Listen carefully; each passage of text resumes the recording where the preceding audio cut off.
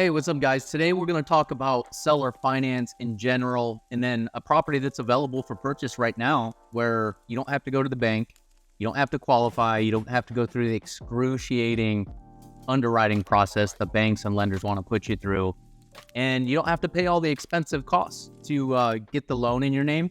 And right now you can buy properties this way, not having to do any of that.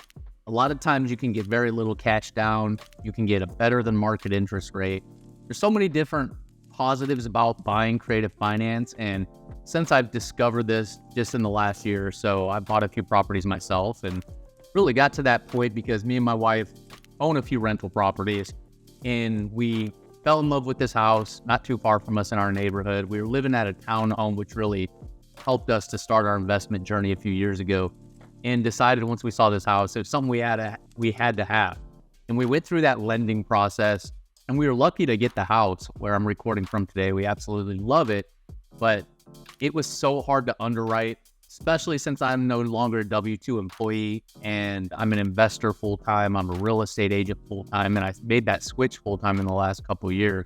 But that process of getting that loan was absolutely excruciating, and kind of thought about expanding my own portfolio. Like, I think here in the end of 2023, I believe personally we're coming into a good time to buy, but it's hard to get a loan, especially at 7.5% interest rate. A lot of times you don't even want to buy the property because 7.5% interest rate just makes the deals not work from a numbers perspective. So luckily I found about seller finance. We've contracted and closed a couple deals myself. I've sold several properties for sellers and helped buyers buy on the buy side.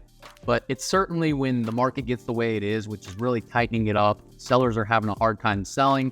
And then from a buyer's perspective, they don't want to buy because the numbers just don't look great. And again, going through that loan process, it's a good pivot to have in your arsenal, whether you're an agent, you're an investor, you're a buyer, you can buy as a personal residence. And, on the other side of that, if you're a seller and you don't have a lot of equity in the home maybe, and you still want to sell and you want to walk out of there without writing a check, or you want to sell at a higher selling price in the market because the way it is, there's not a lot of buyers in the market. It is really an ace card that can get you sold much quicker at a higher price, many more interested buyers. A lot of times it can get you passive income. It can also get you capital gains spread over time, which a lot of times you can find your CPA can find other ways to write that off as opposed to getting capital gains up front. So whether you're a seller or buyer, there's so many benefits, and I'm really glad I have it as a pivot point in my business today because, the retail business is slow, and that's how I still, outside of my investment portfolio, that's still how I make my income. That's my job as an investor-friendly real estate agent. And to have this to pivot to, I'm doing more transactions on the creative finance side than I am doing traditional right now. And I expect that's probably going to be the same the rest of 2023 because there's just not a lot of appetite from buyers. However, there are a lot of buyers out there if you're doing seller finance. So that's my spiel on seller finance. If you have any questions on that or ever want to talk about strategy or even look for a property on that, my contact info is in the description below. Reach out anytime. But now let's get into a property. This property is right here on the market right now. It's in one of the best areas of all of Phoenix, which is the Phoenix Biltmore. Best shopping, best restaurants, one of the greatest areas of town. There's a huge business district, a huge outdoor mall there, and so much more. It's pretty central to Phoenix, not too far from downtown. It actually borders Arcadia. So this property is an absolute gem. Now, as we're going through the pictures here, I'm going to go ahead and just kind of talk about the property and a lot to do with the finance terms. How you could buy this property today. It's available. It's not going to be on market. We're not going to list this property on market anytime soon anyways. There might be a time next year where that happens, but right now this is going to be an off-market pocket listing. You reach out to me, you're interested in buying this, whether it's for personal residence or Airbnb. It would make an absolute awesome Airbnb and have the cash available. Now this is a $1.7 million property is what we're asking price, but you can get it for $200K down and you can take over the rest of the terms from there. What the seller's looking for in this property, and feel free to make your offer, but right now the sell price is asking $1.7 million. Now, I know that's a lot for a single family home, But when you look at the Biltmore and the price of real estate around that, again, one of the best zip codes in all of Phoenix, and then you look at the comps around it, what things are selling for a house like this that's been done, completely upgraded, I think you'll find out that it comps out pretty well. So now let's break down the terms. There's a $420,000 mortgage in place.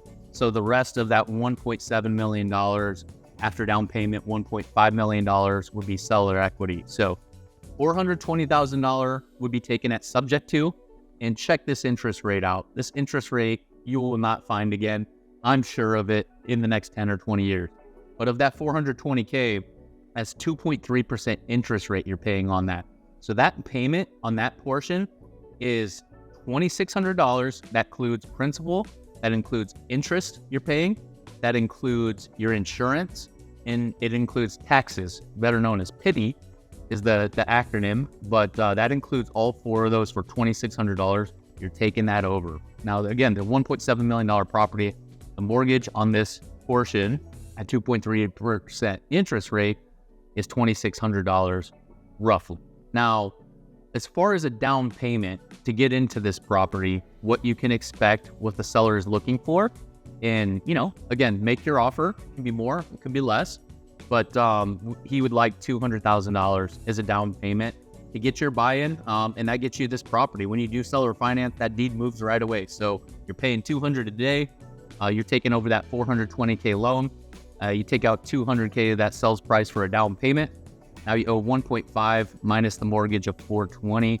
Now you owe just under 1.1 million, and that's going to be all of the seller equity. So 1.1 million the seller equity, and he's okay with doing a 30-year term on this property. So to keep those payments affordable down for the buyer, who could be you, that is spread over 30 years. $1.1 million. He's looking for 5% interest on that money. So we'll plug that into a financial calculator and get your payment. But I believe that's going to come out between, close to $5,000 or so, probably a little more. You combine that with the PITI that includes insurance and taxes of $2,600. All in every single month on this $1.7 million property, you're looking at a payment of about $7,000, give or take a little bit. So now there are two potential balloons on this. One is on the mortgage, and that's going to be year 7. So the rest, whatever's remaining as you're paying on that $420K note, the seller is looking for that to get paid off in year 7. And then there's also, he's asking another $200K payment in year 5. So there's two balloons, one of $200 in year 5, and then the mortgage to be paid off in year 7, at which point will be your equity in the property. And as far as, balloon payments, those are, just to guarantee for whenever somebody's selling seller finance, or whether it doesn't matter if you're getting a loan from a bank, just to guarantee that certain amount. I like personally when I'm buying properties in seller finance, I like at least a 5-year, typically a 7-year balloon. And he's not asking for the 1.7 million to be paid off. That can go the rest of the term of the loan, which is, another 28 and a half years is when this loan was originated, was 30 years. And that was about a year and a half ago. So you got the rest of the time to pay that. But what you typically see with real estate is it goes up over time. Typically this property, it always goes up over time. I mean, there's always peaks and valleys in real estate. We know that. But if you hold property for time, there's never been a 10-year period. Even take the worst crash we've seen, which was 2008 in real estate, to 2018, prices were higher in 2018. And that's the closest we've ever been to where real estate has crashed and then took some time to come back in. But even in that 10-year period, you'd be better off if you bought a property in 2008, holding it to 2018, it'd be worth more. So keep that in mind. Another thing to kind of look at is I like to do, because I bought a break-even deal recently. Typically, you want your property, you're either living in it or you want it to cash flow. Sometimes you can buy break-even properties like I recently did, because if you look at that mortgage, that $420K, and also look at that 5% interest on the $1.1 million to the buyer, there's principal. You're gaining equity every single month. So I just bought this property here in Gilbert, Arizona, and it's a break-even deal by the time I rented it out and pay all the other bills associated with the property and what the tenants give me. But I'm gaining $750 a month on principal pay down. So that's another wealth builder of real estate. You throw in depreciation, using it as a write-off. You throw in appreciation over time. All those multipliers, cash flow if you get them, are what really builds wealth in real estate. So just more about this property. It's a single family home. There's no HOA in it. Perfect in my opinion for a high-end Airbnb. Again, it's in the Biltmore, that best part of town. But if you look at the layout of this property, 5-bedroom, 4.5 bath, amazing, beautiful pool, hot tub in the background, surrounded with travertine, natural grass. You have a pergola in the backyard that's got moss overgrown it. Now think about that as an Airbnb in the Biltmore, like what that's going to typically do. I ran this through AirDNA, and looking at the comps, you could expect to make about $8,000 to $9,000 a month on average. Now Arizona is very seasonable, so that's not going to be every single month. There's going to be months like the summer that we just got out of that you only make $5,000 on this property. So you just got to take that into account if you were to buy this for an Airbnb. But then you're going to have months like February, March, and April where this home makes $20K. So you just want to not spend all that $20K that you bring in those peak seasons, save it for the months that are down. But on average, you're easily covering the all your bills on this property and probably making some pretty good spread. Now, if you were to hold it as a traditional rental, it's kind of hard to tell because it is high end. There's not as many people renting high end, even though I from what I see, that's changing because they're not all buying on the high end, but you still have people with money that want to live in a nice place, and this would qualify. But if you're looking at market rents, this is going to be about $7,000 or so. Another thing we should talk about is the neighborhood. If you're looking for an Airbnb in Arizona, that you don't want an HOA, and you actually want to look at the city bylaws as well. So this isn't a quiet neighborhood, no HOA, which is really rare. Almost all the neighborhoods have HOAs now, which even makes it stand out more, is that you can do what you want with it and live what you want without an HOA breathing down your neck. And that's definitely something you're going to want in Phoenix for an Airbnb. So that's it. I'm going to be sending a lot more seller finance deals on this forum. I hope you guys enjoyed this. And if you do have questions, whether it's on this property or seller finance in general and how it relates to real estate.